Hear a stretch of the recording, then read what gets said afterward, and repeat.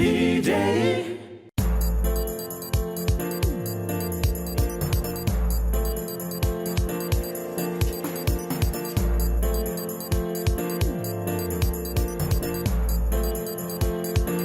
Oh, happy day.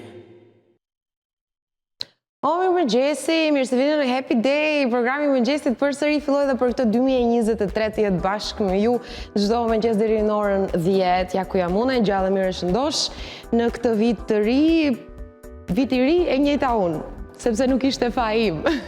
Kështu ishin shaka që qarkulluan këtë vit të ri, pra çdo vit të ri themi, këtë vit të ri të fillojmë, do kujdesemi pak më shumë për veten, e kështu me radhë, jemi version më i mirë vetes, po si vjet njerëzit ishin zemruar dhe kishim për shaka me këtë motivim të themi dhe thuan që nuk do t'jenë të ri, po do t'jenë vetvetja, edhe ju jeni vetvetja dhe uroj që të keni një vit të mbar, me sa më shumë shëndet dhe begati për gjithë ju që na ndiqni këtu në Klan Maqedoni. Sot është 9 janar, besoj kanë mbaruar festat, ose ende festoni vitin e ri. Ende nuk kanë filluar përgjithësit në fakt kështu tamam për gjithë të punësuarit, për të gjitha institucionet, për shkollat e kështu me radhë, kemi edhe një javë, 2 pauzë, por që ne televizionet do të filluar me programet, sepse edhe ju duhet zgjuar, kështu që është koha për të zgjuar tani. Mëngjesi është i ftohtë, kujdes për jashta, vishuni pak më trash, mos dilni krah shkurt si une, nuk është ide e mirë. Po gjithashtu do të bjerë borë, këtë dosha të tregoj se më humbi mendimi. Nëse meteorologët për sonte parashikojnë një mot që do të ndryshojë dhe temperatura më të ulët se sa ditëve të kaluara, që kishim një verë në dimër, një diell që nuk u largua për asnjë ditë gjatë tyre 2 javëve të fundit dhe temperatura maksimale ditëve të kaluara deri 17 gradë Celsius që nuk janë shumë të zakonshme për periudhën apo jo për dimrin. E tani nga sonte, ja që thot artikulli, do të filloj shi, dhe pastaj nga nesër do të kemi borë, sidomos në për vendet malore. Kjo është besoj një lajm i mirë për gjithë ata që dojnë të skijojnë. Apo jo, Loni? Ashtu. Të gëzohemi. Si? Për skijimin? U kry. Sa të bjerë bora vetëm për skijim do flasim. Faleminderit. Po, ju e dini ato kronikat që i kemi luajtur gjatë lajmeve ditëve të fundit që ski qendrat në Maqedoninë e Veriut dhe në Kosovën janë duke vuajtur tani rënien e punës së tyre pasi turistët edhe më pak shkojnë kur nuk ka borë, sigurisht në këto vende malore ku ky është atraksioni dhe kjo është e veçanta pse shkojnë, pra për shkak të borës dhe për të skijuar, po ja, Kodra Diellit, Mavrova, Pelisteri, Brezovica, janë bosh, janë pa borë dhe janë edhe pa turist, pra kanë filluar aferistët atje të ankohen për këtë fillim të sezonit i cili nuk është aq i begatshëm pra sa i përket borës dhe sa i përket pastaj edhe tërheqjes së turistëve. Të shohim se çfarë thot mirëmëngjesi ishte më shkruan shikuesi im i rregullt. Atëherë Instituti Hidrometeorologjik ka bërë të ditur se sot do të mbajë mot kryesisht i vranët, pas dite vranësira do të densohen dhe do të krijohen kushte për shira të rrëmbyeshëm lokal. Bëhet e ditur se do të ketë dhe rënje të temperaturave minimale. E tutje thuhet se në mbrëmje rigat e shiut parashihet të shndrohen në fjolla bore, ndërsa në viset malore parashihet të ketë vetëm reshje bore. Nga sonte pra vetëm reshje bore në zonat malore, lajmi mirë siç tham për afaristët në vendet turistike, në për ski qendrat, në për ski qendrat ku nuk ka pra shumë punë siç tham. Mirë, për sot kemi mbledhur disa materiale si fillim të sezonit, nuk kemi takuar besoj 2 javë dhe ka ca gjëra që kanë ndodhur në fund të vitit dhe në fillim të këtij viti 2023, kështu që sot do të përmbledhim disa kronika dhe do të tregojmë se çfarë ka ndodhur së fundmi ju e dini se ata ishin këtu. E kush janë ata? Ata janë mërgjimtarët, pra mërgjimtarët ishin këtu për 2 javë, mbushën qytetet e Maqedonisë, gjallëruan qytetet tona, por u larguan pastaj sigurisht pas pushimeve dhe kronika e parë, pra që do të ndjekim sot, flet për fundjavën që lam pas për këtë të shtunë të diel, ku shumica e mërgjimtarëve, mos them të gjithë, pasi sot e kanë ditën e parë të punës mërgjimtarët ose fëmijët e kanë ditën e parë të shkollës, ata që kishin ardhur pra për vitin e ri, kishin mbushur stacionin e autobusave për të kthyer tani prap. Edhe kjo kronika flasin se si e kaluan vitin e ri, si kaluan nëpër qytetet e tyre të lindjes, me familjarët, e kështu me radh, do të shohim si ishte atmosfera dhe në stacionin e autobusëve. Pastaj ka ca kronika të tjera që thot akte terroriste që ishin përgatitur në lokalitetet e caktuara në vend, si dhe sulm ndaj një objekti komercial me shfrytëzimin e shpërthimeve tek ne dhe jashtë vendit gjatë 3 viteve të kaluara ishin paralajmëruar nga ana e Agjencisë për kundërzbulim në bashkëpunim me institucionet e sigurisë dhe shërbimet partnere të inteligjencës nga vendet anëtare të NATO-s, kanë thënë për Radio Evropën e Lirë nga Agjencia për Siguri Kombëtare. Pra këto ishin sulme terroriste, kemi sigurisht motin, ndryshimin nga moti me diell dhe ato që do të ndodh tani në një ndryshim drastik të temperaturave dhe atë që thash më herët, pra deficitin e turistëve në qendrat e njohura të skimit ku duhet të ketë dëbor, por nuk ka dëbor. Edhe nga aty kemi një kronik dhe kemi një kronik të fundit që flet për gripin sezonal. Nuk e di sa jeni ju të prekur ose familja juaj nga kjo çështje, por besoj që të gjithë tani kemi dikën të sëmur ose jemi dhe vetë të sëmur, sepse është sezoni i gripit dhe keni parë edhe kronikat, 95% e spitaleve kanë shënuar, pra e klinikave ku janë hospitalizuar në qytete pacientët me grip sezonal, është shënuar rritje 96% të pacientëve me probleme pra nga simptomet e gripit sezonal, sidomos këtë sezon janë të theksuara simptomet pulmologjike, pra probleme me frymarrjen, e kështu me radhë, e cila shkaktohet pastaj edhe më shumë ose përkeqësohet të themi nga ndotja enorme e ajrit. Ndotja e ajrit ka qenë jashtëzakonisht e lartë, në nivele shumë më të larta se sa e lejuara ditëve të fundit në Shkup, Tetov, Manastir, Prilep, në qytetet që i dim se janë më të ndotura në Maqedoninë e Veriut, dhe për shkak të kësaj është vështirësuar ende më shumë gjendja e pacientëve me gripin sezonal. Mirë, këto janë kronikat, pra siç thash do të kemi një përmbledhje të asaj se çfarë ka shënuar këto ditë, cilat janë ngjarjet më të rëndësishme. E për ato më aktuale do të flasim pastaj sigurisht tek edicioni informativ i mëngjesit, ku do të kemi dhe atë lajmin për të plagosurin e Maqedonisë së Veriut në Prishtinë që ka ndodhur mbrëm, nuk e di a e lexuat. Mirë, hajde shkojmë tani klasik moti. E shohim dhe grafikën pakës më vonë. Për momentin në Shkup shënohet 1 gradë Celsius. Minimalja ka qenë -1 gradë Celsius sot, kurse maksimalja do shkojë deri 8 gradë Celsius.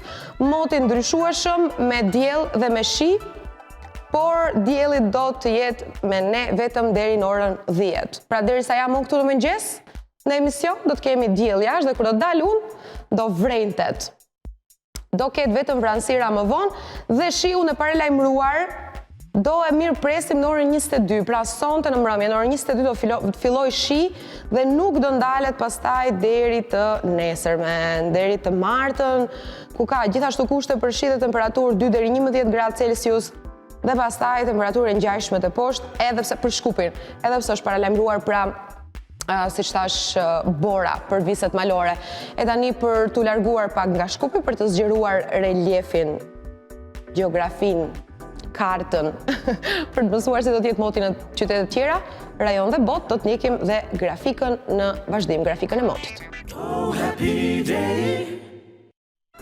Mirë, kjo është edhe grafika, mos e shihni ato të diellat, sepse sot në mëngjes meteorologët kanë paralajmëruar borën, kështu që ne do të mirëpresim borën. nuk e llogarisim grafikën fare. Do të kalojmë te kalendari historik. E shohim 9 janari, me cilat ngjarje më të rëndësishme historike përket. Do fillojmë me 1941, kur në ditën e sotme, gjatë luftës së dytë botërore, është zhvilluar fluturimi i parë i avionit Avro Lancaster. Pra Avro Lancaster është një avion bombardues 4 motorësh i forcave ushtarake ajrore britanike RAF.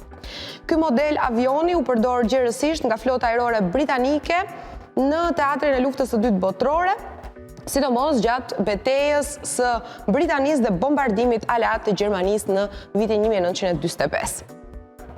E në 1948, më 9 janar, ka lindur në Wrocław Jan Tomanzewski. Pra Tomanzewski është një isht portier polak i futbollit ndërkombëtar të viteve 70-ta, ai u quajt gardiani portës për kombëtaren polake, që dolën të tretët në Kupën e Botës të vitit 74, ku emërua portieri më i mirë.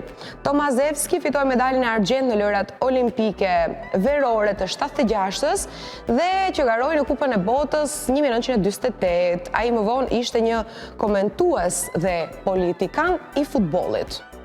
Politikan i futbollit. Këtë termin do ta pyesim Shabanin kur do të vjen këtu në studio, se çfarë do të thonë politikan i futbollit. I udhëheq politikat e futbollit, po me siguri. 1957, më 9 janar, kryeministri britanik Sir Anthony Eden jep dorëheqje nga detyra pas dështimit të tij për të marrë kanalin e Suez nga sovraniteti i Egjiptit. Shumica historianëve argumentojnë se ai bëri një seri gabimesh, veçanërisht duke mos kuptuar thellësinë e kundërshtimit amerikan ndaj veprimeve ushtarake anglo-franceze në kanalin e Suezit. 1961, autoritetet britanike njoftojnë se kanë zbuluar organizatën sovjetike të spionazhit në Londër. E njohur ndryshe edhe si spionazhi i Portlandit, ajo ishte një agjenturë sovjetike që operonte në Angli në vitet 1950-1960, kur kupola e rrjetit u arrestua nga shërbimet britanike të sigurisë. Antarët e saj ishin Harry Houghton, Ethel Gee, Gordon Lonsdale dhe Morris dhe Lona Cohen. Me zi lexova. 1979, në ditën e sotme, ka vdekur në moshën 87 vjeçare Pier Luigi Nervi. Nervi ishte një inxhinier dhe arkitekt italian. Ai studioi në Universitetin e Bolonjës, duke u diplomuar në vitin 1913. Nervi dha mësim si profesor i inxhinierisë në Universitetin e Romës nga 1946 deri në vitin 1961 dhe njihet në të gjithë botën si një inxhinier strukturor dhe arkitekt dhe për përdorimin e tij inovativ të betonit të armuar. 1992, më ditën e sotme, Asamblea Popullore Serbe në Bosnjë dhe Hercegovinë ka shpallur krijimin e Republikës Srpska, një shtet i ri artificial brenda Jugosllavisë. Republika Srpska është një nga 2 etnitetet e Bosnjë-Hercegovinës kundrejt Federatës së Bosnjë-Hercegovinës. Qyteti dhe qendra më e madhe administrative e tij është Banja Luka, e shtrirë në lumin Vrbas. Në 2004, më 9 janar, 2 gomone që transportonin në mënyrë klandestine, pra të paligjshme, këto italianët, refugjatët shqiptar drejt Italisë mbyten në afërsi të Karaburunit.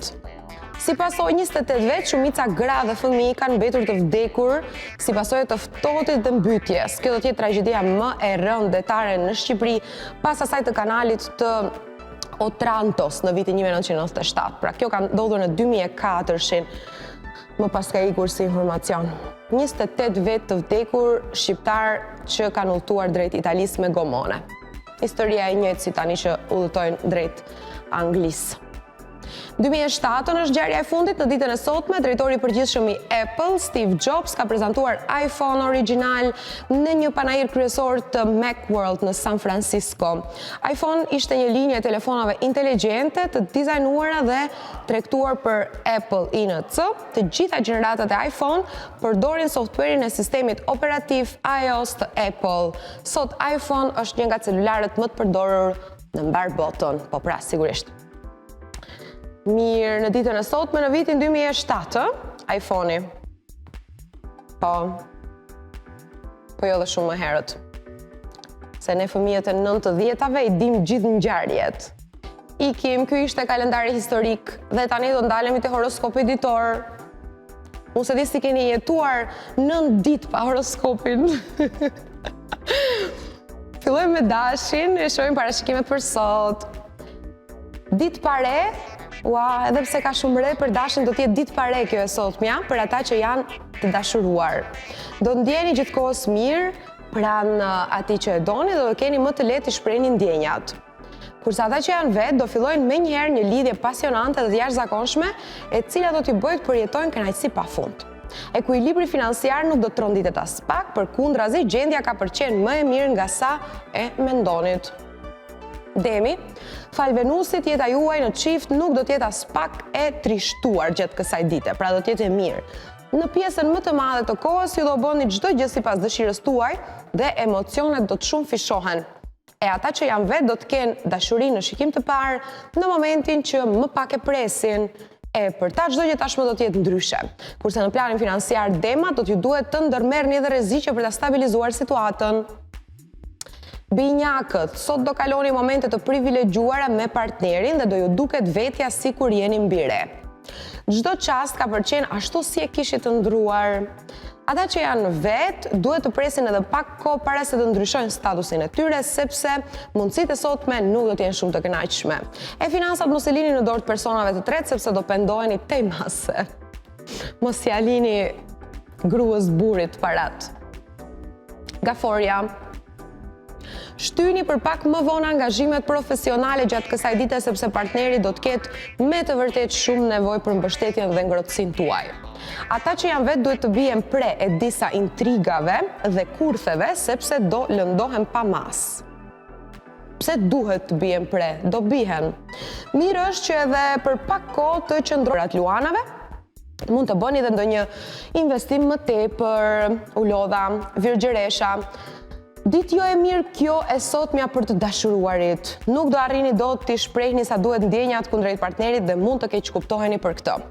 E ata që janë të vetmuar duhet të tregohen disi më të duruar dhe kanë përgjitur personin për cilin kanë ndruar gjithmonë. Finansat për virgjëreshën do të konsiderohen tej mase, konsolidohen tej mase, kështu që mund ta kryeni pa frikë edhe ndonjë shpenzim më tepër. Shohim peshoren, nëse jeni në lidhje sot do të keni vetëm momente të lumtura dhe të begata. Shfrytëzoni çdo sekond sepse asgjë nuk ka përqenë më si më parë. E ata që janë vetë do kenë disa takime, por asnjë prej personave nuk do t'i përmbush kërkesat e peshores. E në planin financiar, jo vetëm që nuk do t'jetë nevoja të merrni borxhe, por mund të bëni edhe disa investime të kënaqshme dhe afatgjata. Deri tani gjitha shenjat e kanë mirë me finansat. E shohim Akrepin, do i sqaroni sot të gjitha problemet që ju kanë dalë me partnerin dhe do ndjeni disi më të qetë. E herën tjetër, për çdo pak kënaqësi duhet të flisni në moment përpara koha ti ndërlikoj gjërat. E ata që janë vetë, edhe pse do të mundohen pa mas, nuk do të arrijnë dot ta bëjnë personin që ju përshtatet, ta gjejnë personin. E në planin financiar është momenti të tani është periudha e bricjapit, pra ka kaluar pjesa 10 ditët e fundit të dhjetorit dhe tani pjesa e parë e janarit është pjesa e bricjapit. Jo vetëm që asgjë nuk do ecë mirë sot mes jush dhe partnerit, por mund të mendojeni dhe për ndonjë ndarje të mundshme. Beqarët do pranojnë të kenë ndonjë të dalur për taki, por nuk do të arrijnë dot të fiksohen pas dikujt dhe të fillojnë një lidhje. E finansat për bricjapin nuk do të jenë të këqija, por duhet të mundoheni të kurseni pak në mënyrë që të siguroni edhe të ardhmen. Ujori. Planetet do i keni kundër gjatë gjithë ditës, ju të dashuruarit e mora më sysh, definitivisht. Sa thash që është mirë për gjithë. Pra planetet ujori do i ketë kundër gjatë gjithë ditës dhe të dashuruarit duhet të bëjnë të pamundurën që të ruajnë qetësinë. E beqarët ujor do të përjetojnë ndjesi shumë të forta atëherë kur nuk do ta presin. Dikush i njohur prej vitesh mund t'ju bëj propozimin më të bukur. Perspektivat financiare do të jenë të mira, kështu që mos guxoni as të nuk do të jenë të mira dhe mos bëni investime. Dhe peshqit, Ditë shumë e thjesht do t'jetë kjo e sotmja për ata që janë në lidhje, pa u munduar as pak gjërat atyre do t'ju ecin për mrekulli. E ata që janë vetë do t'kalojnë goxha peripeci, por në fund do arrin të bëjnë për vete një person që do t'u ambush zemrën me gëzim. E nëse nuk doni probleme financiare, mundoni të ulni shpenzimet dhe të ecni gjithmonë me plane në këtë sektor. Ju pëlqeu horoskopi? Pjesa e dytë nuk ishte fare pozitive, po më shëndosh. Mirë, dhe kaq nga pjesa e parë e Happy Day, ti tham gjitha që i kishim në plan, më vonë kemi dhe sigurisht edicionin informativ të mëngjesit ku do të flasim për ngjarjet më aktuale, por tani do të ushtrojmë, ju e dini që në 8:30 fillojmë me aty diku, lart poshtë, fillojmë me ushtrimet e mëngjesit, Nita dhe Majlinda ju sjellin videon e radhës, shkoni pas vajzave, bëni diçka për vete, vit i ri, neve të ri, ose vit i ri ne të vjetër. Vendosni për vete, unë ju sugjeroj të bëni pak mirë për vete dhe të ushtroni bashkë me vajzat, ushtrimet e këndshme, shihemi pas pak. Oh, happy day.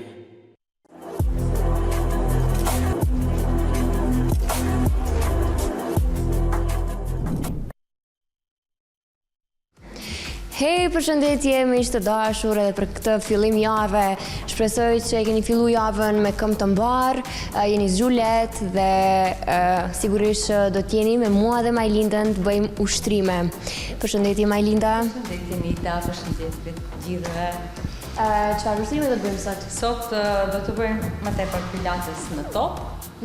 Besoj se këtë shikuesit që kanë nga një top kështu në shtëpi. Po. Dhe sot është momenti që ti fusim në funksion. Mirë, pra vazhdojmë, fillojmë. Fillojmë.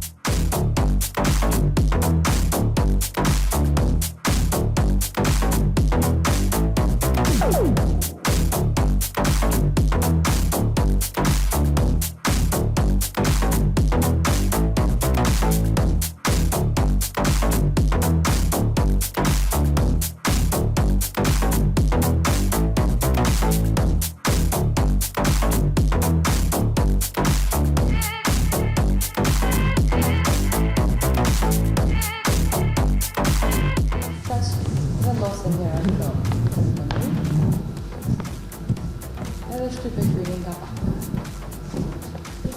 Kursa.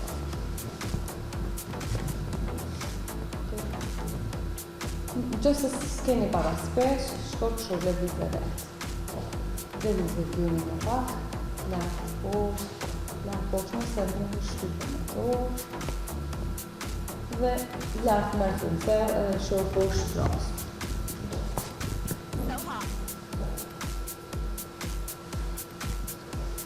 Në rrasë të lojë që ndapa, ndrojë rëmba, këmë të tjetë, mund tjetë pak sfiduese topi, që blokohet me pulpa, blokohet topi në shtu. Vendosë në pulpa. Dhe kur që shuj se ke para spesh, po ke qetësohë, shtype gjyni,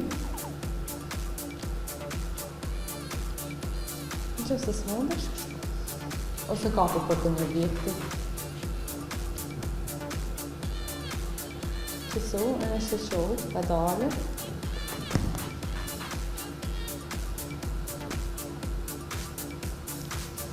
Të rëtuohë ka dakë.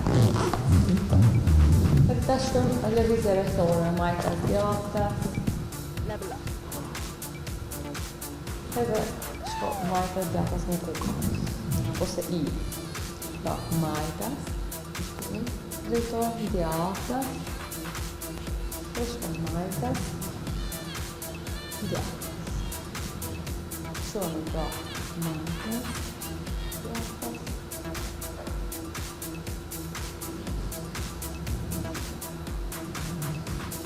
Dhe tash nga da, vendosim duart në këtë pozitë, ka në theni, dhe hapë.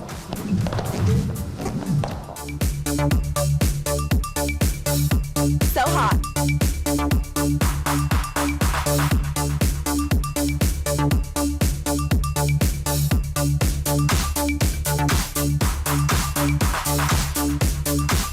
Edhe tash nga dash, ma shoh me të vjetë kështu, si kur shte brakon, edhe shko lartë, poshtë.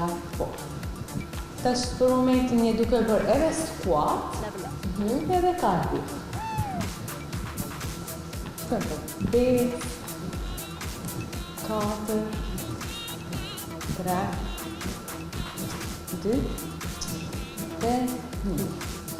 Edhe tash afër këmbët. Dhe shkojmë e këmbën e djathtë fillojmë. Hap djathtë. Afro këmbën e madhe.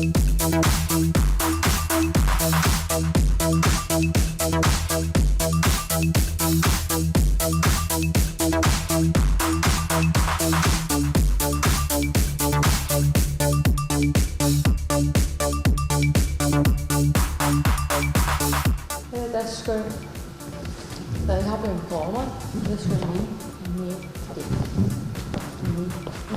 si të shkelmon brapa, një, dy, shkelmon brapa, një, dy, shkelmon, duar poshtë, edhe një tjetër, edhe push-up.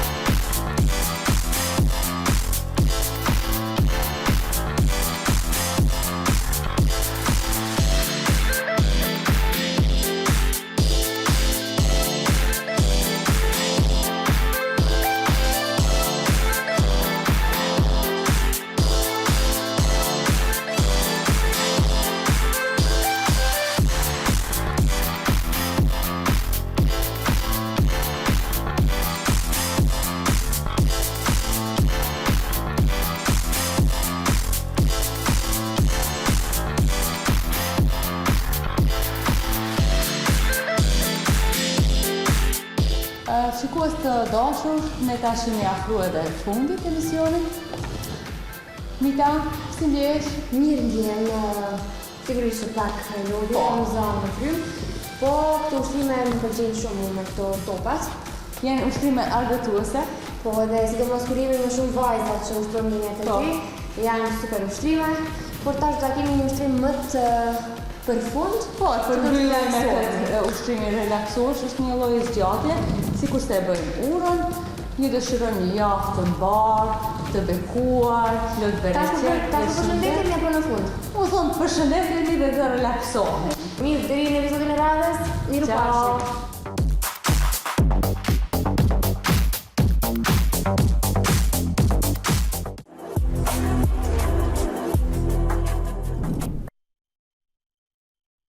Oh, happy day. Mirë, ja ku jemi pas kronikave të sportit, tani atë që përmendëm në mëngjes ngjarjen që ndodhi mbrëm, është plagosur një person nga Maqedonia e Veriut në Prishtinë, do ta shohim në klanmacedonia.mk, për më shumë sigurisht mund të klikoni dhe të informoheni. Një person është plagosur në Prishtinë. Ngjarja ka ndodhur në një lokal në lagjen Emshir. Kështu ka thënë për Klan Kosova Flora Ahmeti, zëdhënëse e policisë për rajonin e Prishtinës. Ahmeti theksoi se i plagosuri është personi me inicialet BA, 37 vjeçar nga Maqedonia e Veriut, i cili është dërguar për tretman mjekësor. Ja si ka thënë ajo, sot rreth orës 21, policia pra mbrëm, policia ka marrë informatën për një plagosje me armë zjarri në një lokal në lagjen Emshir të Prishtinës. Nga arma e zjarrit lëndime ka pësuar një person, BA, burr 37 vjeç, i cili është dërguar për tretman mjekësor. Aktualisht hetuesit policor në koordinim me prokurorin e shtetit janë duke punuar për të ndriçuar dhe sqaruar të gjitha rrethanat që kanë të bëjnë me këtë ngjarje, ka thënë pra Flora Ahmeti, zëdhënësja e policisë në rajonin e Prishtinës. Mirë që ka njeriu gjallë e shëndosh, BA 37 vjeçar që është plagosur mbrëm në Prishtinë dhe dëgjuam sigurisht ngjarjen, edhe pse vërtet traumatike, ja, të paktën nuk kanë ndodhur pra viktima. Ne e kishim dhe të kronikat, por nuk e dham si kronik, do ta japim kështu si lajm edhe një ngjarje tjetër. 6 vite nga deklarata e Tiranës, Rama do të mbledh përsëri në tavolinë liderët shqiptar. Pra janë të ftuar dhe liderët tanë shqiptar.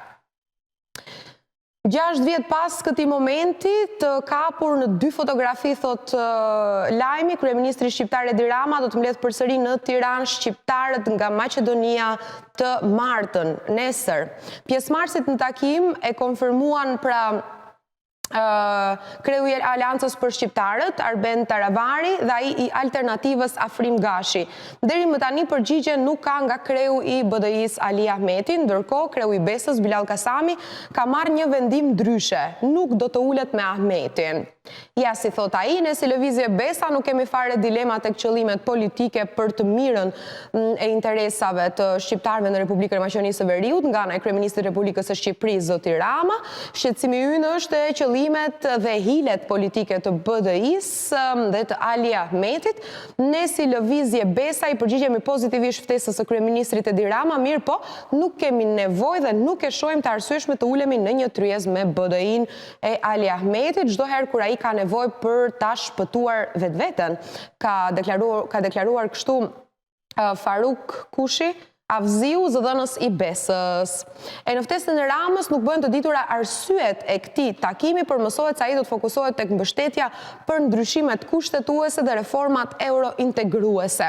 Një takim me të njëjtin format me lider të asaj kohe Ahmeti Sela Kasami, organizua nga Rama në Tiranë më 29 dhjetor të 2016, nga i cili doli një deklarate e përbashkët e partive politike shqiptare për ruajtjen e interesave të shqiptarëve. Ajo paraqit barazit të plot gjusore, përfshirë Shqipe në kushtetues, zhvillim të barabartë rajonal, komision ndërkombëtar për zbardhjen e plot të rasteve të montuara, si dhe një debat gjithë përfshirës mbi flamurin, himnin dhe stemën shtetërore në mënyrë që simbolet shtetërore të reflektojnë multietnicitetin shoqëror dhe barazin. Liderët që firmosën u zotuan se do të vazhdonin punën në Shkup për të përjetësuar të zotime, dhe disa nga to tani më i kemi. Takimi i fundit i partive nënshkruese në deklaratën e përbashkët ishte në korrik të vitit 2017. Më pas Ali Ahmeti kishte ftuar në takim tjetër, por ishte bojkotuar nga liderët tjerë për shkak të deklaratës së tij publike se nuk ulet me horra. Kasami kishte bërë një përpjekje tjetër për të ulur bashkë liderët në muajin nëntor të vitit të kaluar për të diskutuar statusin e Shqipës në kushtetut, por pa sukses. Ja ku qen ka zën ka prandaj tani Kasami nuk shkon te Ahmeti e kështu me radhë me këto hatërmbetjet. Mirë, nesër takohen në Tiranë liderët tanë shqiptar, sigurisht për të diskutuar interesat shqiptar, por dhe rrugtimin e integrues, besoj ajo është tani që na lidh më së shumti ne me Shqipërinë. Prioritet. Mirë, dhe tani kalojmë te bota pak, të shohim si është zgjuar bota për këtë 9 janar. Lajme në pak minuta, titulli i parë, kaos në Brazil, udhëheqësit botror dënojnë dhunën, ndërsa ligjvënësit amerikanë bëjnë thirrje për ekstradimin e Bolsonaros. Joe Biden tha se situata në Brazil ishte e gërsuese pasi mbështetësit e ish-presidentit Bolsonaro pushtuan Kongresin e vendit, Pallatin Presidencial dhe Gjykatën Supreme të dielën. Disa ligjvënës të lartë amerikanë bën thirrje që Bolsonaro, një figurë ekstreme të djathtë, të ekzekutohej nga Shtetet e Bashkuara të Amerikës. Për momentin Bolsonaro është në Florida. Ai duhet të ekstradohet, në Brazil. Shtetet e Bashkuara nuk duhet të jenë një strep për këtë njerëz që ka një frymëzim terrorizmin, pra që ka frymëzim terrorizmin e brendshëm në Brazil, ka thënë Joaquin Castro, antar i Komitetit të Punëve të Jashtme të Dhomës së Përfaqësuesve të SBA-s. E presidenti i Këshillit Evropian Charles Michel tha se presidenti Luiz Inácio Lula da Silva, i cili mundsoi Bolsonaron, pra ishte zgjedhur në mënyrë demokratike nga miliona brazilian përmes zgjedhjeve të drejta dhe të lira, dhe dënoi sulmin ndaj institucioneve demokratike të Brazilit. Policia gjermane arreston një iranian të dyshuar për planifikimin e një sulmi kimik. Është lajmi tjetër, pra policia gjermane ka arrestuar një iranian të dyshuar për planifikimin e një sulmi kimik të nxitur nga ekstremizmi islamik. 32 vjeçari u arrestuan banesën e tij pak para mesnatës të së shtunës në qytetin Castrop-Rauxel afër Dortmundit. Burri kishte marrë toksina, duke përfshirë cianid dhe ricin, me të cilat kishte planifikuar të kryente sulm terrorist, than autoritetet të dielën. Një tjetër burr që besohet të jetë vëllai i burrit u arrestua gjithashtu. Vëllezërit besohet se kanë jetuar në Gjermani nga viti 2015. E po kur ju zgjat njerëzve ideologjia me vite të tëra. Lajmi tjetër, 90% e njerëzve në provincën e Kinës janë të infektuar me Covid, thot zyrtari lokal i shëndetësisë. Pothuajse 90% e njerëzve në provincën e tretë më të populluar të Kinës janë tani më të infektuar me COVID-19, ka thënë një zyrtar i lartë lokal, pasi vendi po përballet me një rritje të paprecedent të rasteve. Me një popullsi prej 99.4 milion banorësh, shifrat sugjerojnë se rreth 88.5 milion njerëz në Henan tani mund të jenë të infektuar. Rastet e Covidit pritet të rriten më tej, ndërkohë që vendi feston vitin e ri hënor më vonë këtë muaj, ku miliona kanë vendosur të udhëtojnë nga qytetet e mëdha për të vizituar të afërmit e moshuar nëpër fshatra. Dhe një lajm i fundit, shkrimtari Russell Banks dëron jetë në moshën 82 vjeçare. Russell Banks, një shkrimtar i vlerësuar me çmime, i cili shkroi romane të tilla si Affliction dhe The Sweet Hereafter, ka ndërruar jetë. Ai ishte 82 vjeç. Banks, një profesor në Princeton University, vdiq të shtunën në New York, tha redaktori i tij Dan Halpern për Associated Press.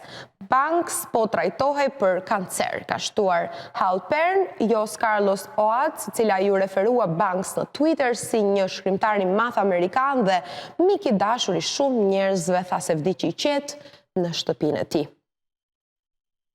Këto ishin dhe lajmet në pak minuta dhe këtu mbarojmë tash me informacionet e mëngjesit, me bllokun informativ. Do pauzojmë për pak me disa këngë dhe do kthehemi pastaj me kronikat që ju lajmërova për aktualitetet e fundit, pra që kishin të bënin me më shumë tema. Do t'i mirëni vesh pas pak. Oh, happy day. Ja ku jemi në studio, do t'ju sillem tani kronikat e paralajmëruara që në mëngjes do të fillojmë me mërgjimtarët që këtë fundjavë janë nisur drejt vendeve të perëndimit që kishin ardhur sigurisht për pushimet e vitit të ri, si ishte atmosfera gjatë të shtunës në stacionin e autobusëve në Tetov, ku sipas njoftimeve me 10 autobus kanë dërguar mërgjimtarët nëpër vendet e tyre të punës në shtetet perëndimore. E ndjekim në kronikën në vazhdim. Oh, happy day. Stacioni i autobusëve në Tetov, 10 autobus përplot të mbushur, po kthejnë mërgjimtarët në vendet e tyre të punës. Destinacionet tashmë dihen: Zvicër, Gjermani, Itali e vendet skandinave.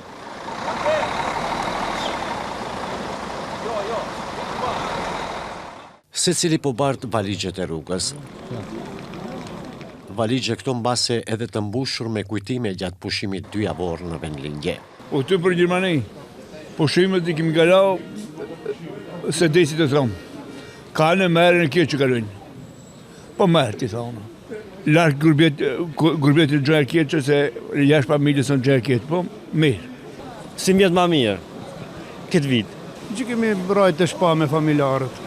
Shumë majë, po shumë pa. E me knashë, ma marë që në benin nga ka dhe kumë.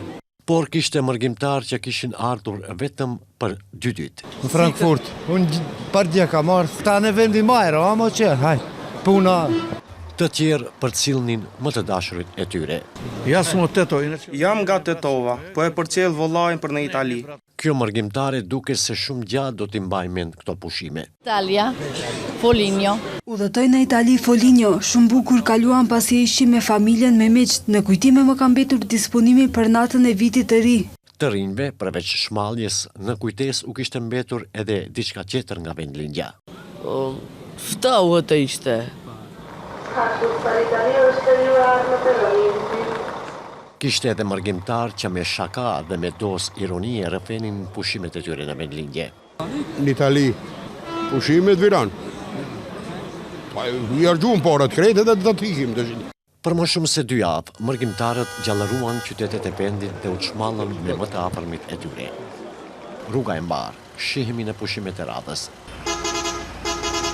Ishin refrenet që dëgjoheshin në stacionin e autobusëve në Tetov.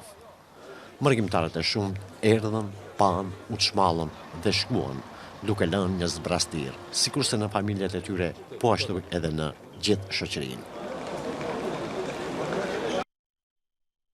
Vazhdojmë tani me sulmet terroriste ose tentimet në fakt për paraqitjet të bombave, të cilat shqyrëzotit kanë rezultuar me alarme të rreshme së fundmi, pra akte terroriste që ishin përgatitur në lokalitetet caktuara në vend, si dhe sulm ndaj një objekti komercial me shfrytëzimin e shpërthimeve tek ne dhe jashtë vendit, gjatë 3 viteve të kaluara ishin parandaluar nga ana e Agjencisë për kundër zbulim në bashkëpunim me institucionet e sigurisë dhe shërbimet partnere të inteligjencës nga vendet anëtare të NATO-s, kanë thënë nga Agjencia për Siguri Kombëtare.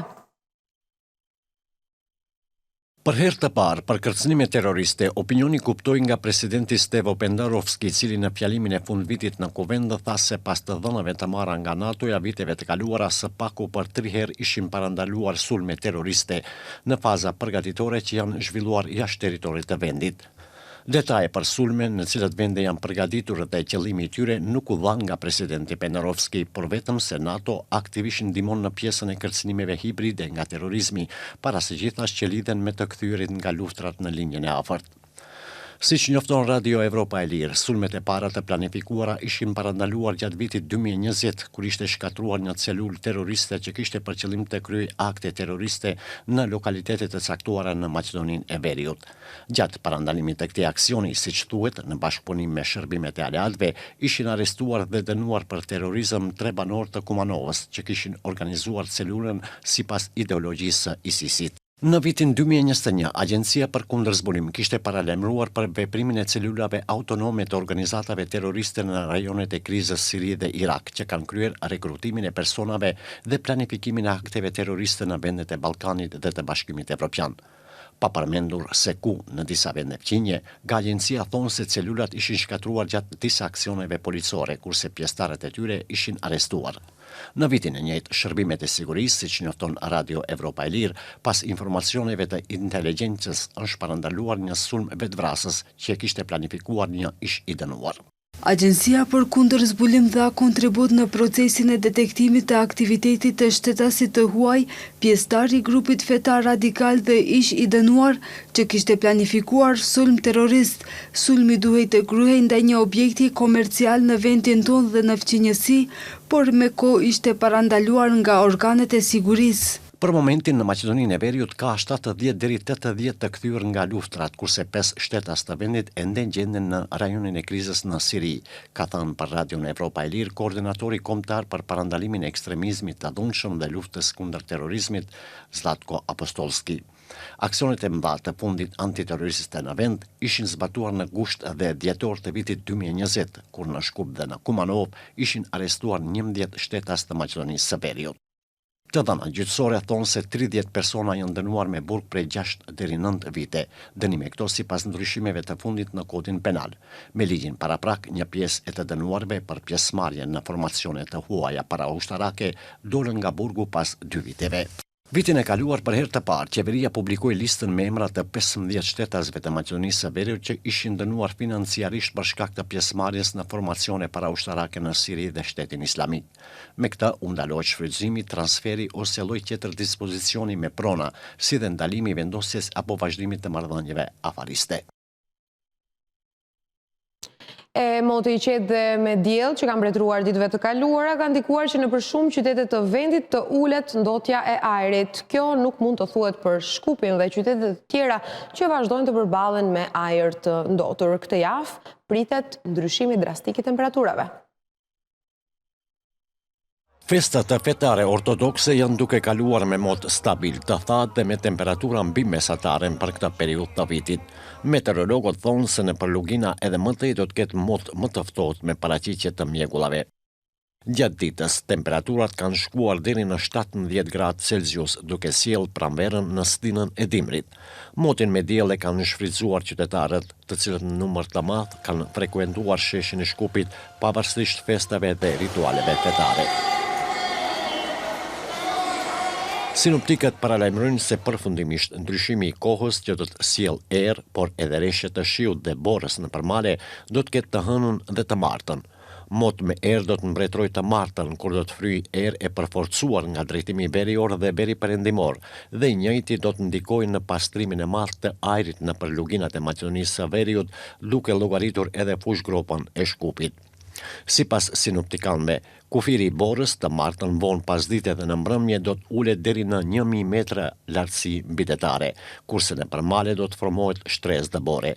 Temperaturat do të shënojnë rënje të ndjeshme.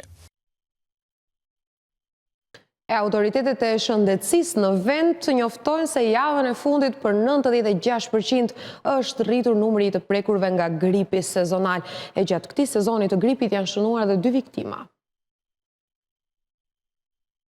Nga 26 dhjetori 2022 deri më 1 janar 2023, për 96% është rritur numri të prekurve nga gripi në krahasim me javën paraprake, thuhet në raportin e Institutit për Shëndetin Publik. Gjatë kësaj periudhe, janë regjistruar 347 raste të paraqitjeve grupore për të prekur nga gripi, kurse javën paraprake ka pasur 177 raste. Por në krahasim me javën e 50 ditë të sezonit të kaluar, numri i rasteve është ulur për 38.6%. Sipas ISHP-s, incidenca është në nënkufinin javor të aktivitetit sezonal të virusit të gripit, respektivisht, ende nuk është arritur pragu për hyrje në sezonin e gripit. Sipas moshës të prekurve nga gripi, 184 janë të grup moshës 15 deri te 64 vjeç, 96 të grup moshës 5 deri në 14 vjeç dhe 29 të grup moshës mbi 65 vjeç. Më shumë raste të gripit sipas ISHP-s janë regjistruar në Vustivar 57, Manastir 51, Prilep 39, Dibër 37, Kumanov 35, Kavadar 29, Shkup 24, kurse në Krushev, Teto, Strumice e qytete tjera numri i rasteve është në 20. ISHP-ja njofton se gjatë këtij sezoni të gripit janë regjistruar 2 viktima, që i takojnë grup moshës 15-64 vjeç, nga Shkupi dhe Shtipi. Pacientët kanë qenë me sëmundje shoqëruese dhe të pak vaksinuar kundër gripit sezonal. Për shkak të mjegullës dhe ndotjes enorme, ISHP-ja u kishte rekomanduar qytetarëve që të mos dalin pa nevojë nga shtëpitë, kurse gra shtatzëna, të moshuarit dhe fëmijët që kanë sëmundje kronike duhet u shmanden aktiviteteve fizike. E deri në fund të emisionit, pra deri në orën 10 do të ndiqni intervistën e realizuar me ambasadoren zvitrane në vend Veronique Hylman, flet për projektet dhe investimet e shumta, sidomos në rajonin e Pollogut. Shikim të këndshëm e bashkë mirupafshim nesër në 8. Oh, happy day. Vitin e fundit, Zvicra ka intensifikuar jashtëzakonisht bashkëpunimet me vendin tonë në shumë projekte në më shumë sfera. Është prekur sektori infrastrukturës në rajonin e Pollogut, sidomos, forcimin e pushtetit lokal, demokracisë, zhvillimit të qëndrueshëm ekonomik si dhe projekte për të drejtat e njeriut, barazisë gjinore e të tjera. Ambasadorja e Zvicrës, Veronique Hülman, ka një vit që qëndron në Republikën e Maqedonisë së Veriut dhe merr pjesë në gjitha këto projekte, pra edhe fizikisht në terren duke pasur kontakte të ngushta me njerëzit dhe kështu ne kemi takuar zonjën ambasadore në këto terrene dhe kemi ftuar në studio për herë të parë ekskluzivisht në një intervistë televizive. Do të kemi ambasadoren e Zvicrës Veronique Hülman ne këtu në Klan Maqedoni. Jemi shumë falënderues për kohën që kanë ndarë dhe sigurisht të nderuar për bisedën që do të bëjmë. Dhe posaçërisht jemi të nderuar dhe falënderues për projektet që ambasada e Zvicrës i bën në Maqedoninë e Veriut. E kemi tani këtu zonjën ambasadore. Miss Ambassador, welcome. We are honored to do this interview with you. Bonjour, mirëmëngjes. Edhe unë kam kënaqësinë të jem sot këtu. Thank you again. Do të fillojmë tani me pyetjen e parë për ambasadoren. Zvicra dhe Maqedonia e Veriut ndajnë një partneritet të fortë dhe Zvicra është ndër donatorët më të mëdhenj dypalësh për Maqedoninë e Veriut.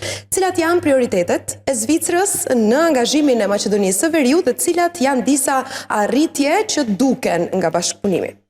Zvicra ka një bashkëpunim shumë të mirë me Maqedoninë e Veriut. Ne filluam të punojmë në këtë vend në vitin 1992, filluam me ndihmën humanitare, mandej vazhduam në ndihmën zhvillimore, në marrëdhënie diplomatike, në marrëdhënie kulturore, disa punë në fushën e sigurisë. Dhe ne sapo nënshkruajmë një muaj më parë një memorandum të rimirëkuptimi midis Maqedonisë së Veriut dhe Zvicrës në fushën e migracionit. Pra tani, prioriteti më i madh apo investimi më i madh që njerëzit do të shohin është bashkëpunimi në fushën e zhvillimit. Dhe ne fokusohemi te programi në 3 shtylla, nëse mund të quaj kështu. Pra e para është në infrastrukturë, aksesi në ujë, menaxhimi i ujit, mbeturinat e ngurta, por edhe mbrojtja e natyrës. Shtylla e dytë ka të bëjë me zhvillimin ekonomik dhe krijimin e vendeve të punës, veçanërisht për të rinjt. Dhe fusha e fundit është ajo që ne quajmë qeverisje të mirë ose sundimi i ligjit. Edhe kjo ka të bëjë me forcimin e transparencës dhe efikasitetit dhe llogarivënies të institucioneve publike, si dhe fuqizimin e kapacitetit të shoqërisë civile për të përfaqësuar interesat e qytetarëve dhe për të ndërvepruar me autoritetet në nivel kombëtar dhe lokal. And concretely, Po konkretisht, çfarë mund të shohin njerëzit nga projektet e Zvicrës? Mendoj se ka shumë gjëra që mund të shihen, por ndoshta do të përqendrohem në 2 rezultatet kryesore, përndryshe do të gjas shumë të flas për 30 vitet e zhvillimit të bashkëpunimit. Pra të filloj me mjedisin dhe ujin, falë mbështetje zvicrane, në bashkëpunim me autoritetet lokale dhe qeverin, ne mundësuam që 350.000 njerëz të kenë akses ose në ujë të pishëm, ose të kenë shërbime për trajtimin e ujrave të zeza. Pra, bëhet fjalë për 350.000 njerëz gjatë 25 viteve të fundit, pak a shumë. Kemi kontribuar gjithashtu në zgjerimin e zonës së mbrojtur natyrore në vendin tuaj me 2%, që duket pak, por është një arritje e madhe. Dhe kjo ka ndodhur gjatë viteve të fundit. Në fushën e zhvillimit ekonomik dhe punësimit kemi mësuar që nga viti 2017 të krijohen 12 vende të reja të punës gjithsej. Kemi treguar pak a shumë 10.000 të rinj përmes formimit profesional, do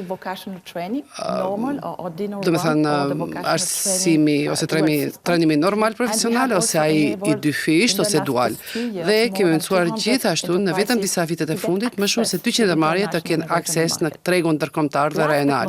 E fundit, por jo më pak e rëndësishme, e cila është më e vështirë për të kuptuar. Ne e dim se ka një proces decentralizimi në vend. Deri tani, bashkë me UNDP dhe me ministrinë, kemi trajnuar më shumë se 400 këshilltar në nivel komunal. Kemi instaluar pajisje të digitalizuara në këshillin komunal për të rritur transparencën dhe gjithashtu kemi bërë shumë punë në menaxhimin e financave publike dhe tani më shumë se 40 komuna publikojnë çdo 3 mujor se si po realizohet buxheti. Pra sa i përket transparencës, njerëzit mund të shohin se ku shkojnë paratë në fund ditës. Mendoj se kjo është gjithashtu një arritje e madhe. Kjo është një gjë e re, kjo gjë nuk është bërë më parë. Mendoj se nuk është bërë më parë. Ky është rezultat i disa viteve të punës me autoritetet e partnerët e ndryshëm. Por kjo është ajo që njerëzit mund ta shohin. Kjo është ajo që ne i quajmë kuadri i politikave dhe ligjeve, sepse që ndodhin të gjitha këto gjëra, duhet të keni edhe një kuadër, të themi, që do të mundsoj sistemin e trajtimit të dy fish profesional. Duhet të punoni me ministrin, me parlamentin, për të siguruar se do vendosen ligjet përkatëse për të mundsuar që ky sistem të funksionojë. Punojmë pra edhe në nivelin institucional, po edhe në nivelin e politikave dhe këtë më pak e shohin njerëzit. Por dëshiroj të theksoj një gjë që mendoj se është e rëndësishme. Ka një ligj të ri për buxhetin organik, do me thënë si shteti do ta hartoj buxhetin dhe si do të raportojë në lidhje me buxhetin. Me këtë ligj të ri së bashku me UN Women kemi mundësuar që të kemi edhe buxhetimin me përgjegjësi gjinore, që buxhet që do të marrë parasysh gratë, burrat dhe minoritetet. Pra, kjo është një arritje, por rezultatet do të shihen më vonë. Sidoqoftë tani kjo është në ligj. Good to hear this, Miss Ambassador. Do vazhdojmë tani me pyetjen tjetër. Ju kontribuoni shumë në rajonin e Pollogut, veçanërisht në mjedisin e infrastrukturës, siç përmendët. Çfarë po bëhet për të rritur qëndrueshmërinë ndaj përmbytjeve në mënyrë që të shmangim më mirë fatkeqësitë të cilat i kanë përjetuar njerëzit në Pollog? Okay, the Pollog is now a priority region for Pollogu tani është një rajon prioritar për programin tonë në përgjithësi.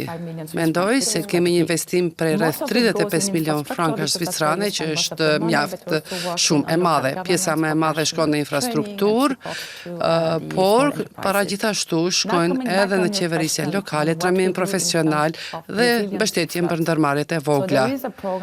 Çfarë bëjmë për sa i përket reziliencës ndaj përmbytjeve? Ka një program që filloi para disa vitesh, mendoj se 2017-2018, të gjithë ju kujtohet se çfarë ndodhi në 2015 në këtë rajon, ishte një gjë shumë e trishtueshme dhe tragjike.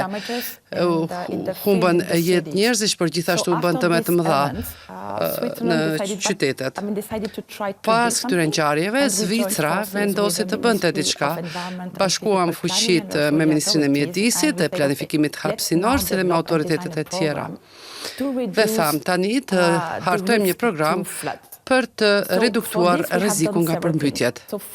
Për këtë kemi bërë disa gjëra. Së pari, u përpoqim që të kuptonim më mirë rrezikun dhe të shohim se cilat janë zonat ku rreziku është më i madh dhe gjithashtu cilat janë arsyet. Po, si mund të reduktoni rrezikun në këto zona? Pra ky ishte hapi i parë, kuptohet na u desh shumë kohë, u përfshin shumë ekspertë zvicran gjithashtu. Dhe gjithë kjo mori shumë kohë. Pasi përcaktuam dhe e dinim çfarë ndodhte, kishim përcaktuam edhe prioritetet tona. Pastaj filloi puna tonë. Dhe tani puna investuese fokusohet në dy limenj, në lumen e Shqipkovicës dhe Bukovinës. Jemi përpjekur të rihabilitojmë shtratin e lumit për të bërë atë më të sigurt. Gjithashtu tani po fillojmë me UNDP-n, partnerët tanë dhe ministrinë për të konsoliduar 7 zona ku keni shumë rrëshqitje dheu, në mënyrë që të sigurohemi që toka nuk do të rrëshqas kur ka rreshjet mëdha. Kemi filluar në Tetov, para jo shumë kohë, me ripullëzimin e pjesës e kësaj zone, veçanërisht rreth Gostivarit, Tetovës dhe Malit të Sharit. Të gjithë e dim se pemët dhe pyet janë masa më e mirë natyrore për të penguar rrëshqitjen në dheut. Por sërish, ne asnjëherë nuk e bëjmë infrastrukturën pa komponentën e butë, si e quajmë. Pra, institucionet e trajnimit duhet më mirë të kuptojnë dhe të kenë kapacitetin për të menaxhuar kapacitetin cilin e rihabilitojmë, ta menaxhojmë, por gjithashtu edhe ta kuptojnë më mirë dhe planifikojnë më mirë. Do me thënë, në këtë fushë tani po zhvillojmë atë që ne i quajmë një rjet për paralajmërim të hershëm, ku përfshihen shoqëria civile, media, autoritetet dhe kur ka një rrezik të madh, ky sistem i paralajmërimit të hershëm do t'ju mundsoj aktorëve që të njoftohen dhe të veprojnë në mënyrën e duhur. Do me thënë, një përgatitje më e mirë për fatkeqësinë dhe një infrastrukturë më të mirë për të pasur më pak dëme. Por gjithashtu të jeni më mirë të pajisur për rikuperimin. Pra ne e quajmë këtë një menaxhim integruar i fatkeqësive që ka të bëjë me ndërtimin e kapaciteteve, kuptimin, ekspertizën, paralajmërimin e hershëm dhe bashkëpunimin midis aktorëve ndryshëm. Por mendoj se njerëzit duhet ta mirëmbajnë situatën. Po, është e vërtet. E gjithë kjo nuk mund të ndodhë nëse aktorë të ndryshëm dhe njerëzit ose qytetarët në këtë drejtim luajnë një rol shumë të rëndësishëm. Si donator ne mund të financojmë së bashku me ministrit apo komunat. Por ndërmarrjet janë ato të cilat mirëmbajnë dhe funksionojnë. Qytetarët kanë një rol shumë të rëndësishëm. Së pari ata duhet të paguajnë faturat e tyre për shërbimet komunale që të kenë ato parat mjaftueshme për të kryer detyrat e tyre dhe punën e tyre. Por pjesa e dytë, e cila është po aq e rëndësishme, është se hedhjet e paligjshme ose hedhja e mbeturinave në rrjedhën e sipër me të lumenjve ka pasojë të mëdha, të mëdha kur keni shirat dendur. Ato mbeturina bëjnë një lloj dige dhe kur ka rishje të mëdha, ato pengojnë rrjedhën e ujit dhe kjo mund të shkaktojë dëm të madh. Do me thënë, njerëzit duhet të ndërgjegjësohen në lidhje me këtë që të mos i kemi gjitha këto mbeturina. Dhe gjithashtu këtu shtohet elementi i pemëve dhe pyjeve. Pra, duhet të ndërgjegjësohen dhe ata kanë rol dhe kanë përgjegjësi në parandalimin e fatkeqësive që do të rritet në të ardhmen, dhe për shkak të ndryshimeve klimatike. Prevention of disaster. That will increase in the future also because of climate change. Ambasada e Amerikës së fundmi ka vizituar dhe deponin Rusino dhe të gjithë jemi dëshmitar se situata e deponisë është përmirësuar ndjeshëm edhe pse ishte një problem shumë i madh për qytetarët atje, por dhe për gjithë shtetin. Çfarë është e nevojshme për të pasur shërbime të qëndrueshme të menaxhimit me mbeturinat në Pollok dhe si e rregulluat gjithë atë kaos në deponin Rusino? Është e vërtet se në deponin ishte një kaos. Unë jam këtu që 1 vjet. Dhe Pollogun vizitova më duket në nëntor vitin e kaluar në Bugovinjë dhe një nga gazetarët e cili më intervistoi më pyeti: "Çfarë po ndodh me Rusinon?" E di që ishte çështje shumë e ndjeshme dhe se kishte shumë shqetësime në lidhje me këtë deponi. Por me gjithë rrezikun dhe gjithashtu ndjeshmërinë e kësaj çështje, ne vendosëm në partneritet edhe me autoritetet dhe Ministrinë e Mjedisit dhe Planifikimit hapësinor të përpiqemi të bëjmë diçka. Sepse kjo deponi e madhe, siç e përmendet ju, ishte një rrezik i madh për popullatën, për mjedisin dhe për jetën e egër atje. Pra ne filluam të përpiqemi që ta bëjmë më të sigurt. Dhe është bërë mjaft punë. Pra tani nëse shkoni në Rusino nuk do t'i shihni ato vendgrumbullime përgjatë rrugës, rruga është e pastër, keni shërbimin rajonal për Rusinon i cili po menaxhon këtë lokacion, kështu që kamionet vinë dhe ata dinë se ku t'i hedhin mbeturinat dhe pastaj e rrafshojnë, ato vendosin dhe që për siguruar se nuk do të marrë zjarr. Kështu që gjithë kjo në një farë mënyrë përmirësua dhe përveç kësaj ata gjithashtu përpoqen të izolojnë deponin sepse nga kjo rrjedhin edhe lëngjet të cilat gjithashtu ndotnin edhe ujin dhe tokën. Pra, përpiqemi që të ndalojmë edhe të reduktojmë në mënyrë drastike këtë infiltrim në tokë. Pra, tani kjo është një punë preliminare. Ne do të mund të vazhdojmë në të ardhmen se kemi një kredi të re nga Banka Evropiane për zhvillim, për menaxhirimin e mbeturinave të ngurta, për të gjithë programin dhe gjithë programi u miratuar nga Parlamenti në mesin nëntorit. Krahas kësaj dije për Zvicrën do t'i shtojmë edhe një grant prej 9 milion eurosh dhe një pjesë e kësaj këtyre parave do të shkojmë për të vazhduar punën e rehabilitimit të deponisë Rusino. Pra, kështu të sigurohemi që Rusino të menaxhohet sipas standardeve evropiane dhe në një mënyrë do të rritet siguria për qytetarët, për mjedisin dhe për jetën përgjithësi atje. Dhe unë juftoj që të shkoni atje, të shihni vetë për të parë ndryshimin e madh. Tani është vërtet në rregull, por për disa vjet, ja 2 vjet, 1 ose 2 vjet nga tani do të jetë thjesht sipas standardeve të BE-s. Por deponia rajonale mund të funksionojë vetëm nëse ata marrin para për operacionet ose për punën e tyre. Pra, me fjalë thjeshta, nëse njerëzit janë të gati të paguajnë faturat e tyre për shërbimin që ofron shërbimi rajonal, do të jetë më mirë. Disa paguajnë, por jo të gjithë. Mendoj se ka shumë hapësirë për përmirësim. Dhe ne kemi shqetësim të madh tani gjithashtu, si një vend që ka investuar shumë këtu. Në qoftë se kjo normë e vjeljes nuk rritet në mënyrë të konsiderueshme, atëherë ekziston rreziku që Rusino të falimentoj. Dhe kjo do të jetë një fatkeqësi jo vetëm për Gostivarin, por për gjithë rajonin e Pollogut. Mendoj se njerëzit duhet të jenë të vetëdijshëm për këtë. Por sigurisht duhet të ndërtohet besimi. Duhet të dihet se çfarë po ndodh aty, si investojnë parat dhe si parat e tyre kur ata paguajnë faturat do të shkojnë vërtet në vendin e duhur. Duhet të krijohet një mekanizëm transparence.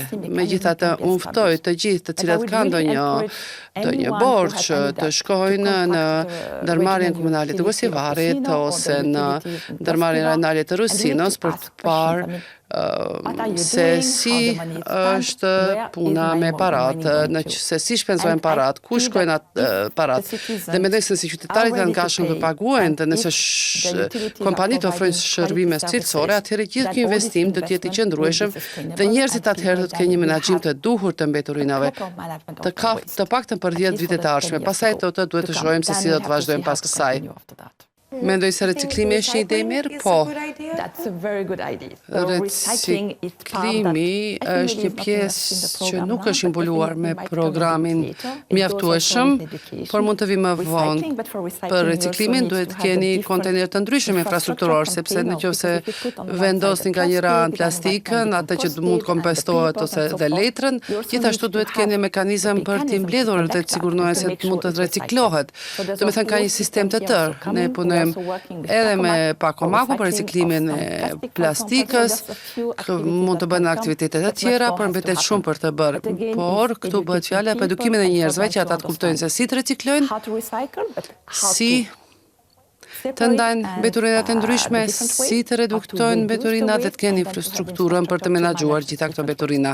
Dhe sërish, fillon nga ne. Po, ne mund të punojmë me ju. Dhe unë ndjej këtë bashkëpunim, këtë partneritet, këtë mirëkuptim të ndërsjellët, nuk mund të arrini çudi, por mund të shënoni një avancim të konsiderueshëm. Dhe kur një nga aktorët nuk e luan rolin e tij, atëherë kjo ka pasoja për gjithë punën dhe për të gjithë zonën. Tani të flasim për Gostivarin. Pra në Gostivar po kontriboni në përmirësimin e furnizimit me ujë, një problem i vërtet për këtë rajon, deri ku janë punimet për ujësjellësit, në cilat janë sfidat kryesore dhe kur do të mund qytetarët të pinë ujë të shëndetshëm dhe të pishëm në Gostivar. Kemi edhe deponit në Gostivar, por qasja në ujtë pishëm është shumë e rëndësishme për çdo njeri dhe kemi investuar mjaft në këtë drejtim. Në Gostivar, i gjithë rjeti, i gjithë ujësjellësi ishte në gjendje të keqe dhe të vjetruar. Filluam në vitin 2019 duke bërë studimin se çfarë është situata dhe si mund të çfarë përmirësime mund të bëjmë. Këtu sërish me qeveri qendrore kemi vendosur të investojmë. Pra, qeveria qendrore investoi në pastrimin e ujit, nuk e di saktësisht se si i thon, por ka të bëjmë me pastrimin e ujit për ta bërë ujë pishëm, do me thënë filtrim. Atë që bëm ne Zvicranët, finansuam 3 rezervuar ku mund të ruhet uji, sepse ka burim natyror në Gostivar. Pra, kemi siguruar këto 3 rezervuar ku vjen uji. Mandej keni tubacionin, pra tubat që shkojnë drejt qytetit, gjithashtu e finansojmë edhe këtë, dhe mandej në qytet, pjesa më e madhe e rjetit, pjesën më të madhe të rjetit për të shpërndar gjithë ujin në qytet.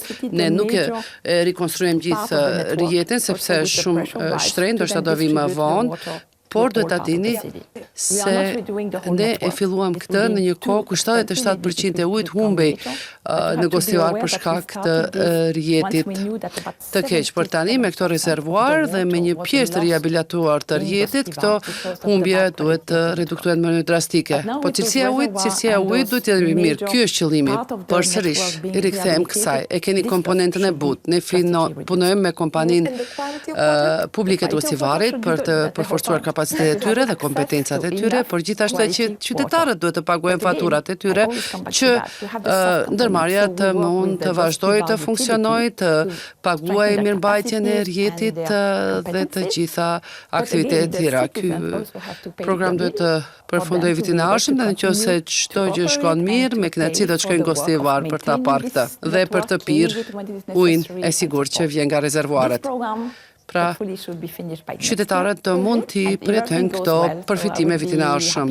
Po, disa po i ndjejnë që tani, por do të përfundohet, programi do përfundoj në pranverë vitin e ardhshëm. Pra, pas disa muajsh. Pra, në Apollok, si shtam, përveç infrastrukturës dhe vendet që i kishit projektet pra në Shipkovic dhe në Bogovin që i përmendet, ju gjithashtu punoni dhe në vendosjen e qeverisjes së mirë. Sa i përket qeverisjes së mirë në Apollok, ne punojmë me këshillat komunal. Kemi punuar në Tetov, Gostivar, Zhelin dhe Brvenic dhe kemi pasur ndërhyrje ndryshme.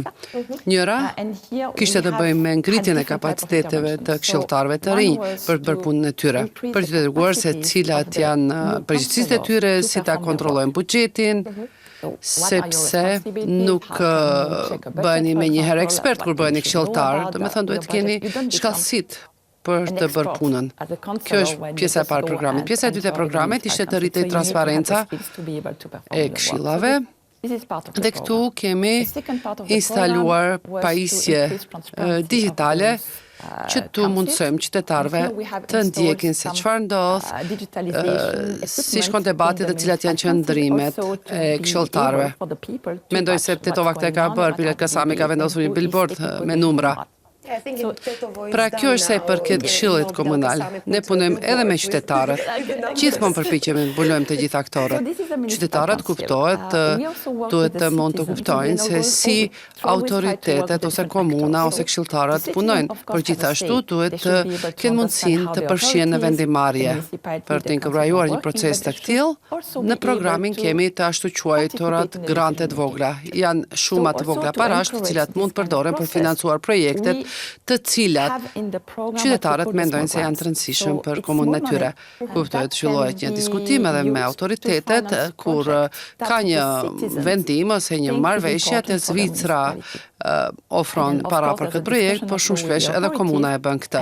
Do me thënë, me këto fondet vogla mund të riabilitojmë ndonjë kopsht ose klasa ose sistemet ngrohjes në shkolla, mund të finansojmë edhe objekte ose zona sportive për gjatë lumit, do me thënë thjesht qytetarët vendosin, por duhet jetë për të mirën publike dhe për interes përbashkët. Ideja pas kësaj është se ata kanë një farë fuqie në këtë mënyrë, mendojnë se ka prioritetet caktuara, këtë e shprehin dhe ne i japim jetet për të mbuluar këto projekte. A duan tjetë një pushteti dhe qytetarët? Shumë shpesh ndryshon, nga njerë ka gjërat përbashkëta, por këtë program ne fillojmë me qytetarin në kuadër të forumeve të bashkësisë. Shumë vite janë zhvilluar këto forume, po kemi pasur shumë të tilla edhe në të kaluara që është mbështetur nga Zvicra. Tani në këtë fazën tjetër programit të përdorim këto forume për të angazhuar me autoritetet dhe për të vendosur se çfarë mund të financohet dhe të përpiqen që të tërheqin para edhe nga komuna. Kuptohet duhet ketë një ndërveprim. Si në Zvicër, deri një farmase si në Zvicër, por qëllimi është që qytetarët kuptojnë se çfarë është ajo që ka rëndësi. Në këto forume, keni të rinj, keni gra, pra varësisht se ku gjendeni, propozimet ndryshojnë, varësisht nga prioritetet. So depending on where you are, the proposals are very different from one place to the other. Clear. Mirë, pra nga vendosja qeverisjes së mirë në rajonin e Pollogut, do shkojmë tani tek një sektor tjetër ose një angazhim tjetër i ambasadës, pra ekziston një mospërputhje e madhe e aftësive, ato që përmendi dhe më herët ambasadorja, aftësive të rinjve dhe kërkesave të sektorit privat, gjë që kontribuon në papunësinë e tyre dhe çon në migrim ose në pakënaqësi të rinisë. E pyesim tani ambasadoren se si kontribuon sistemi i dyfisht i arsimit, që e përmendët pak më herët, i arsimit profesional në uljen e papunësisë tek të rinjt. We talk about the young people now, yeah. I think young people are the future of any country, but also the Mendoj se të rinjt janë e ardhmja e çdo vendi dhe e ardhmja e planetit. Mendoj se duhet t'ju japim më tepër mundësi që të kenë një punë të mirë dhe të bëjnë diçka që intereson. Shumë shpesh kemi tendencë të mendojmë se ç'është universiteti është mënyra më e mirë për të pasur më tepër mundësi dhe për të bërë atë që doni jetë. Por realiteti nuk është kështu, sepse sektorit privat i nevojiten shkallësi teknike dhe kompetenca të ndryshme në krahasim me ato që vinë nga universiteti. Nëse shihni sistemin në Zvicër, ne kemi një sistem shumë të fuqishëm të formimit profesional me sistemin e dyfisht, që do të thotë se nxënësit do të jenë në shkollën, do të vizitojnë shkollën profesionale, por do të kalojnë në 1 ose 2 ditë në një ndërmarrje për të parë se si duket realiteti dhe për praktikuar shkallësitë të cilat e kanë fituar në shkollë. Do me thënë, përpiqemi jo ta eksportojmë, por të kemi një model i cili do t'i përshtatet kontekstit Maqedonisë së Veriut. Do me thënë, tani, në Pollok, kemi gjithashtu edhe disa nisma në lidhje me këtë, në drejtim të riformimit të sistemit profesional, ku do të vendosen klasat të reja, paralele të reja të cilat do t'i përshtaten tregut. Nëse shoh numra që i kam këtu, në gjithë vendin, deri tani, mbi 4200 nxënës e kanë kaluar këtë model të ri. Nga Gostivari janë rreth 540 nxënës që e kanë kaluar këtë sistem, përmes 25 paraleleve të dyfishta që janë krijuar në Gostivar dhe në Tetov. Por si që thash, ju nevojitet sektori privat, sepse ju duhen shkallësi dhe kompetencat të cilat do t'ju japin një punë ku të përfundoni studimet ose formimin. Për këtë arsye do të punojmë ngushtë me sektorin privat dhe pikërisht këtë e bëjmë. Janë të hapur për këtë, janë shumë të interesuar dhe gjithashtu investojnë në programin. Dhe ata jo vetëm që po përmirësojnë plan programin, por gjithashtu edhe ata i marrin këta nxënës që të bëjmë pjesën praktike në ndërmarrjet e tyre dhe kur janë bëhet fjalë për nxënës të mirë, ata edhe i punësojnë më vonë. Në Pollok, me një fokus në Tetov, kemi një shoqat prej 10 ndërmarrjesh për për hidraulik, ftohje dhe grohje që duhet të ketë staf të kualifikuar. Dhe ata kanë krijuar këtë shoqat për të jetë sipërmarrjesh për të punuar me sistemin e formimit profesional, për siguruar që të rinjtë të trajnohen për të punësuar te ta sepse kanë nevojë për këtë lloj kualifikimi. Pra ata plotësisht janë të përfshirë në këtë program. Dhe një ndërmarrje BFM është shumë interesante. Ta përmend sepse pronari kësaj ndërmarrje ka qenë në Zvicër, është kryer më në veriut dhe tani bashkëpunon me ne në përpjekjen për të vendosur këtë sistem dyfish trajnimit profesional, sepse ai shumë i bindur se atë që e bëjmë ne në Zvicër ka një të ardhme edhe këtu dhe shumë e nevojshme për vendin ton dhe shumë interesante për të rinjtë e sektorin privat. Po të rinjtë janë të interesuar? Po, janë gjithnjë më të interesuar. Ishte më e vështirë në fillim, por tani shohim se ka një interes shumë më të madh. Gjithsej 10.000 nxënës e kanë bërë këtë trajnim. Dhe tani, duke folur për këtë, duke pasur këtë publicitet, do të vinë edhe më tepër. Gjithashtu pra organizojmë një lloj panairesh, platformash, shpesh edhe online, që të rinjtë të njoftohen me këtë sistem të ri, të diskutojnë, të kontaktojnë me sektorin privat ose me nxënësit e mëparshëm për të inkurajuar që t'i futen këti sistemi të ri, që nuk është tërësisht i ri, por janë paralelet të cilat i përshtaten tregut. Dhe numri dhe interesi është në rritje dhe shpresojmë se kjo të jetë një histori e suksesshme. Shpresoj sepse migracioni është një problem i vërtet për ne. Për të gjitha vendet, jo vetëm Maqedoninë, por për gjithë Ballkanin. Dhe shpresoj se kjo ndihmoj që ky problem të zvoglohet. Mendoj se ka dy përfitime, njëri do të jetë të reduktohet migracioni, por jo të gjithë dëshirojnë të largohen. Ka shumë të rinj të cilët nuk e dëshirojnë këtë. Unë mendoj se kur shikoni statistikat është më shumë se 40% ose afër 50%. Por 56% nuk janë gati të migrojnë. Kështu edhe për ata duhet që vendi të ofrojë një të ardhme, të kenë një mundësi për të bërë një jetë mirë dhe për të pasur një punë të mirë dhe kualifikim të mirë, që të dëshirojnë të qëndrojnë këtu. Gëzojmë që dëshirojnë këtë. I think it's also important. So we have to look at both migration, but also working for those who want to stay here. Glad to hear this, Ms. Ambassador. Now I will ask you a personal question, if I may. Për më shumë se një viti, ambasadorja amerikane Veronique Hillman është këtu në vendin tonë dhe sigurisht ka pasur rastin që të provoj ushqimet, të shikoni dhe njerëzit, të afroheni afër, ju shohim në terren, duke parë dhe projektet nga afër, jeni shumë sociale. Si e shihni vendin tonë? Çfarë mendime keni? Çfarë ju pëlqen më shumë për Maqedonisë? Unë era para një viti. Më duhet të them se më pëlqen shumë më pëlqen vendi juaj. Di se ka sfida dhe ka vështirësi, por mikpritja e njerëzve, mirësia e njerëzve është diçka që më pëlqen shumë. Kudo që të shkosh, ka njerëz me cilat është interesante të bisedosh, të ftojnë për një çaj, të ftojnë për të provuar specialitetet e tyre, ose rakin, ose verrat, pra më pëlqen kjo ngrohtësi dhe mikpritja e njerëzve. Gjëja e dytë është larmishmëria, diversiteti. Është një vend shumë i larmishëm, ka kultura të ndryshme, gjuhë të ndryshme, peizazhe të ndryshme, pa një farë mënyre është si në Zvicër. Dhe mendoj se kur keni një larmishmëri të tillë, kjo është një përparësi e madhe për vendin, sepse në atë rast jeni të gatshëm për ndryshimet globale ose rajonale dhe të jeni hapur për kultura të ndryshme. Pra edhe kjo më pëlqen shumë. Nëse vini këtu është aspekti më shqiptar, se shkoni në Strumic është ndryshe, nëse shkoni te Roma është ndryshe. Pra larmishmëria është ajo që është shumë e bukur.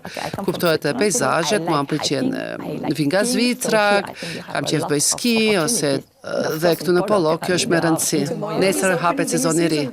Se dija këtë, do ta shoh si do të jetë moti. Do të shkoj patjetër, ndoshta jo nesër, por gjatë javës. Ju ofroni shumë mundësi për këto aktivitete. Dhe fundit, por jo më pak e rëndësishmja, ushqime, shishkëlqyer dhe ndryshon nga zonat. Sërish nuk mund t'i mbaj mend emrat njerëzit. Mi tregojnë emrat, por nuk mund t'i mbaj mend. Por unë i mbaj mend shihet e ushqimeve dhe pemëve dhe perimeve. Më pëlqejnë shumë produktet të cilat vijnë nga natyra juaj. Pra ushqimi ka një shihet vërtet, domatja ka një shihet vërtet domates dhe kjo më pëlqen shumë. I'm glad because you will stay 3 more years. Ju falenderit shumë për pranimin tuaj këtu, zonja ambasadore. Mendoj se duhet të gjithë jemi shumë mirënjohës për të gjitha projektet të cilat ambasada e Zvicrës i ka pasur, i ka dhe do t'i ketë këtu.